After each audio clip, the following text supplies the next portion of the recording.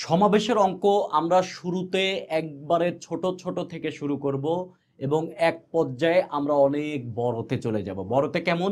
যেমন আমরা আগে বিন্যাস করে নিয়ে দেন সমাবেশ করব। এবং শুধু বিসিএস না, ভর্তি পরীক্ষায় যে ম্যাথ আসে, সবচেয়ে কঠিন যে ম্যাথ, সেগুলোও আমরা আশা করি পেরে যাব। শুধু মনোযোগটা ঠিকঠাক মতন রাখতে হবে। আর একটা জিনিস মাথায় রাখতে হবে, বিন্যাস সমাবেশ কঠিন জিনিস না, এটা সহজ জিনিস। আমি বলতেছি এবং আপনি বুঝতেছেন।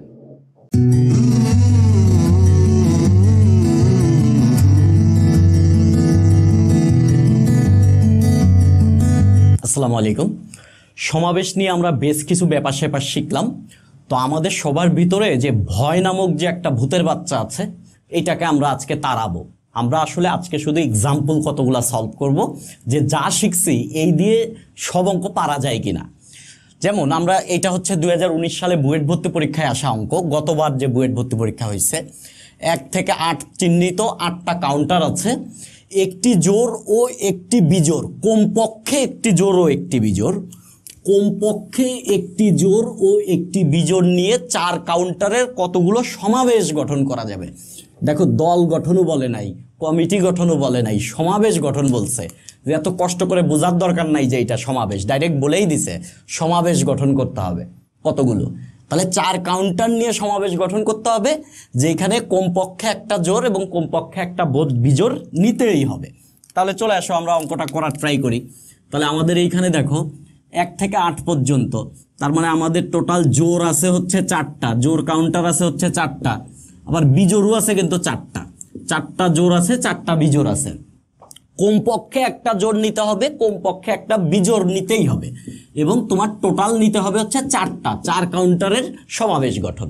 তাহলে একটা জোড় নিলে তোমার 3টা বিজোড় নিতে হবে, 2টা জোড় নিলে তোমার 2টা বিজোড় নিতে হবে, 3টা জোড় নিলে তোমার 1টা বিজোড় নিতে হবে, 4টাই জোড় নিলে 0টা বিজোড়। আর তোমাকে তো বলছে কমপক্ষে একটা জোড় বা একটা বিজোড় নিতেই হবে। তার মানে ঘটনা 3 ভাবে ঘটতে পারে।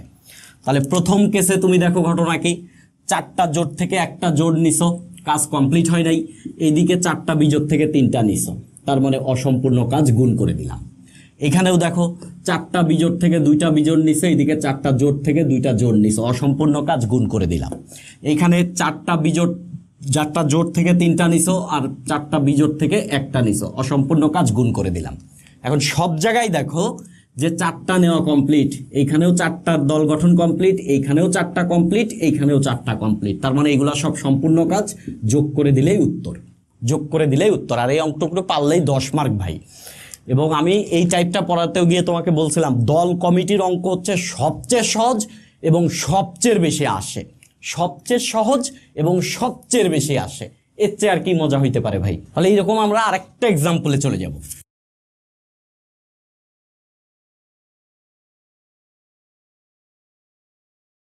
এটা বুয়েট ভর্তি পরীক্ষা 2012-13 সালে আসা অঙ্ক। তোমাকে বলছে যে একটা জায়গা 6 জন গণিতের স্টুডেন্ট আছে, 4 জন ফিজিক্সের স্টুডেন্ট আছে, মোট স্টুডেন্ট আছে 10 জন। 6 জনের একটা কমিটি তোমাকে গঠন করতে হবে, যেখানে গণিতরা সংখ্যাগরিষ্ঠ থাকবে।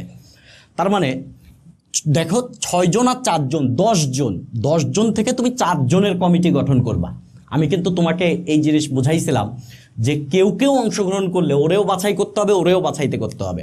কিন্তু সবাই যদি অংশগ্রহণ করে, তাহলে একজনদের বাছাই করে গেলে আরেকজনদের অটো বাছাই হয়ে যায়। ওই যে আমরা গাড়ির একটা উদাহরণ দিয়ে বলছিলাম। তো এইখানে আমাদের গণিতের স্টুডেন্ট আছে হচ্ছে টোটাল 6 জন, আর হচ্ছে ফিজিক্সের স্টুডেন্ট আছে হচ্ছে আমাদের হচ্ছে টোটাল 4 জন। আর আমরা 6 জনের কমিটি গঠন করব, যেখানে গণিত সংখ্যা ঘনিষ্ঠ থাকবে। তার মানে গণিতেরটা যদি আমরা 6টাই নেই, তাহলে ফিজিক্স নেওয়া লাগবে না, ঠিক আছে? কেননা ওরে যে একবারে 0 করা যাবে না, এটা কিন্তু কোশ্চেনে বলে নাই। গণিত সংখ্যাগরিষ্ঠ থাকবে, ও সব নিয়ে নিছে, কেউ দেয় নাই ফিজিক্স। ও যদি 5টা নেয়, তাহলে ওই যে এদিক থেকে 1টা নিতে হবে। ও যদি 4টা নেয়, এদিক থেকে 2টা নিতে হবে। ও যদি 3টা নেয়, তাহলে এই দিক থেকে 3টা নিতে হবে। কিন্তু সমস্যা, এই জায়গা 3 আর 3 নিলে তো গণিত সংখ্যাগরিষ্ঠ হইল না, তখন তো সমান হয়ে গেল। তার মানে এই ঘটনাটা নেওয়া যাবে না। তার মানে তোমার ঘটনা এরকম 3 উপায়ে ঘটতে পারে। তার মানে তুমি কাজটা কি করছো, 6 জন ফিজিক্স থেকে, 6 জন গণিত থেকে 6টা গণিত নিছো, আর এদিকে 4টা ফিজিক্স থেকে 0টা ফিজিক্স নিছো। এই হচ্ছে এক উপায়। আবার এইদিকে চলে আসো, তুমি 6টা গণিত থেকে 5টা গণিত নিছো, আবার 4টা ফিজিক্স থেকে 1টা ফিজিক্স নিছো, আবার তুমি 6টা গণিত থেকে হচ্ছে 4টা গণিত নিছো, আর 4টা ফিজিক্স থেকে তুমি 2টা ফিজিক্স নিছো। তাহলে এই হচ্ছে টোটাল 3 ভাবে কাজটা করতে পারো। এটাও সম্পূর্ণ কাজ, এটাও সম্পূর্ণ কাজ, এটাও সম্পূর্ণ কাজ, আর সব কয়টা সম্পূর্ণ কাজ যোগ করে আমাদের হচ্ছে উত্তর। তার মানে এইগুলো আমরা সব যোগ করে দিব, যোগ করে দিলে আমাদের উত্তর পেয়ে যাব। তার মানে দল কমিটির অঙ্ক যেমনেই আসুক, ভর্তি পরীক্ষা আসলে ভাই ফ্রি 10টা মার্ক একবারে পেয়ে নিতে হবে। আর বোর্ড পরীক্ষার তো তুমি বিগত বছরের কোশ্চেনে যাও, বোর্ড পরীক্ষার কোশ্চেন দেখো, এই দল কমিটি টমিটি থেকে কত অঙ্ক আসছে ভাই, লাখে লাখে অঙ্ক আসছে। দল কমিটির অঙ্ক মানে এইগুলা ভাই কঠিন অঙ্ক আসে, আহামরি কঠিন এইগুলা না। আমরা একটা কোশ্চেন নিয়ে নিলাম, এবং এই অঙ্কটা বুয়েট ভর্তি পরীক্ষায় আসা অঙ্ক, 2012-13 সালে এটা বুয়েট ভর্তি পরীক্ষায় আসছে। তুমি দেখো এখানে তোমার 4টা বাহুর দৈর্ঘ্য দেওয়া আছে, একটা 1, একটা 2, একটা 3 আর একটা 4। আমরা জানি যে কোনো ত্রিভুজের ক্ষেত্রে এই যে এটার দৈর্ঘ্য ধরো x, এটা y আর এটা z, দুই বাহুর দৈর্ঘ্যের যোগফল অলওয়েজ আগে আরেকটা থেকে বড় হইতে হবে, 3 নাম্বারটা থেকে বড় হইতে হবে, তাহলে ত্রিভুজ হবে। আর ত্রিভুজ হচ্ছে যে কোনো দুই বাহুর যোগফল বা ছোট দুইটা বাহুর যোগফল অবশ্যই বড়টা থেকে বড় হইতে হবে, তা না হলে ত্রিভুজ হবে না। তা নাহলে তোমার এই হচ্ছে একটা বড়, আর এই ছোট দুইটা দিলে তুমি এইরকম, ত্রিভুজ হবে না। কিন্তু এটা দেখো শর্ট পড়ে যাবে, অবশ্যই ছোট দুইটার যোগফল বড়টা অপেক্ষা বড় হইতে হবে।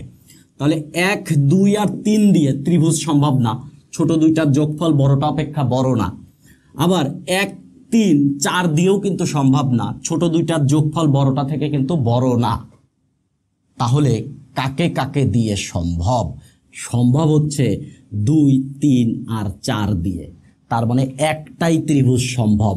বাট অপশন ছিল এইটা 1, বি নাম্বার অপশন ছিল 2, সি নাম্বার অপশন ছিল 3 আর ডি নাম্বার ছিল হচ্ছে নান। এই সমস্ত কোশ্চেনে এক দাগ দিতে পোলাপাইন ভয় পাবে। মানে তোমার কথা হচ্ছে সমাবেশ, আর সমাবেশ মানে কি উল্টা পাল্টার তো কোনো ভ্যালু নাই, মানে জাস্ট নিলেই হবে। তাহলে এটা নিলে হওয়ার কথা হচ্ছে না, ওইটা বাদ। কথা বুঝতে পারছি কি? তার মানে চতুর্ভুজ কয়টা হবে বা ত্রিভুজ কয়টা হবে নিজে নিজে কিছু লিখে লিখে প্র্যাকটিস করতে হবে, আর বইতে খুঁজে বের করতে হবে এইরকম কয়টা অঙ্ক আছে, ওই অঙ্কগুলা কিন্তু ভাই খেয়ে ফেলতে হবে। ঠিক আছে, দেখো সমাবেশের আমরা আরেকটা অঙ্ক নিয়ে নিছি। আমার কাছে 7টা ব্যঞ্জন বর্ণ আছে, 5টা স্বরবর্ণ আছে। আমি বলছি 2টা ব্যঞ্জন বর্ণ ও 1টি স্বরবর্ণ কত উপায়ে নেওয়া যাবে। তার মানে আমার কাছে ব্যঞ্জন বর্ণ আছে 7টা আর স্বরবর্ণ আছে আমার কাছে হচ্ছে 5টা। আমাকে 2টা ব্যঞ্জন বর্ণ নিতে বলছে আর একটা স্বরবর্ণ নিতে বলছে। তাহলে 7টা ব্যঞ্জন বর্ণ থেকে 2টা ব্যঞ্জন বর্ণ আমি এত উপায়ে নিতে পারি, সমাবেশ যেহেতু নিতে বলছে বাছাই। আবার 5টা স্বরবর্ণ থেকে আমি একটা স্বরবর্ণ নিতে পারি। তোমাকে বলছে 5টি ব্যঞ্জন বর্ণ ও 1টি স্বরবর্ণ, তার মানে এইটা ও এইটা এবং এইটা, তার মানে এইটা নিছো, কাজ কমপ্লিট হয় নাই, অসম্পূর্ণ কাজ, এটাও নিতে হবে। তার মানে এই 2টা গুণ করে দিলাম। কিন্তু ভর্তি পরীক্ষায় বা পরীক্ষায় যদি বলতো নিয়ে কত উপায়ে শব্দ গঠন করা যাবে, তাহলে দেখো তোমার কোশ্চেনটা হচ্ছে 7টি ব্যঞ্জন বর্ণ ও 5টি স্বরবর্ণ হতে 2টি ব্যঞ্জন বর্ণ ও 1টি স্বরবর্ণ নিয়ে কতগুলো শব্দ গঠন করা যাবে।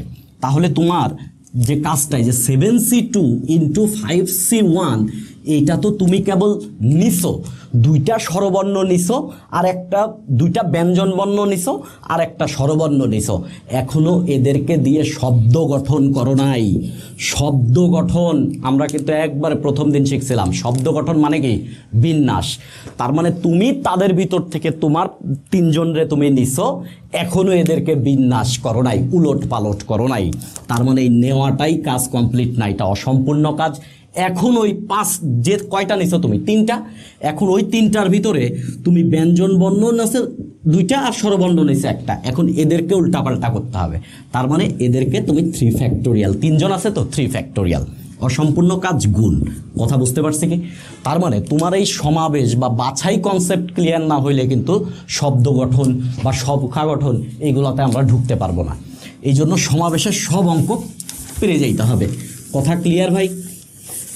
এখন আমি একটা অঙ্ক করব, এই একটা অঙ্ক, বাকি অঙ্কগুলা তোমাকে আমি হোমওয়ার্ক দিয়ে দিব, ঠিক আছে? দেখো তোমাদের কি মনে পড়ে যে আমি এইরকম একটা কথা বলছিলাম যে অ্যালফাবেট এর বিন্যাস সংখ্যা ছিল 1 2 3 4 5 6 7 8, 8জন আছে 8 ফ্যাক্টোরিয়াল, বাট এর ভিতরে 2টা এ আছে, তাই 2 ফ্যাক্টোরিয়াল দিয়ে ভাগ। কেউ যদি রিপিট থাকে তাহলে ওই কয় ফ্যাক্টোরিয়াল দিয়ে ভাগ হয়, তার মানে আমরা যদি এইরকম একটা কথা লিখি যে আমাদের একটা কথা আসছে, ধরো যে এইরকম যে ধরো থিসিস, এরকম একটা কথা আসছে থিসিস, এটাকে বিন্যাস করব 1 2 3 4 5 6, 6 ফ্যাক্টোরিয়াল ভাগ 2 ফ্যাক্টোরিয়াল, কেননা 2টা এস আছে তাই, ঠিক আছে? আর সমাবেশে দেখো আমরা একটা টপিক শিখছিলাম এবং ওই টপিকটা আমরা সেইগুলা থেকে আমরা একটা অঙ্ক এখন করব, ঠিক আছে? একটা অঙ্ক করব। ধরো আমরা একটা লিখলাম হচ্ছে ইঞ্জিনিয়ারিং থেকে 4টি বর্ণ নিয়ে কত উপায়ে শব্দ গঠন করা যাবে, ঠিক আছে? এই হচ্ছে আমাদের কোশ্চেন। আর এখন যে তোমাকে বলছে নিয়ে কত উপায়ে সাজানো যাবে, তার মানে নেওয়া পর্যন্তই কাজ কমপ্লিট না, তার মানে আগের বার যে নিছিলাম 4টা, এইবার ওই 4টা দিয়ে আবার শব্দ গঠন করতে হবে, মানে ওই 4টারে আবার উলট পালট করতে হবে। নেওয়া পর্যন্ত তো আমরা পারি।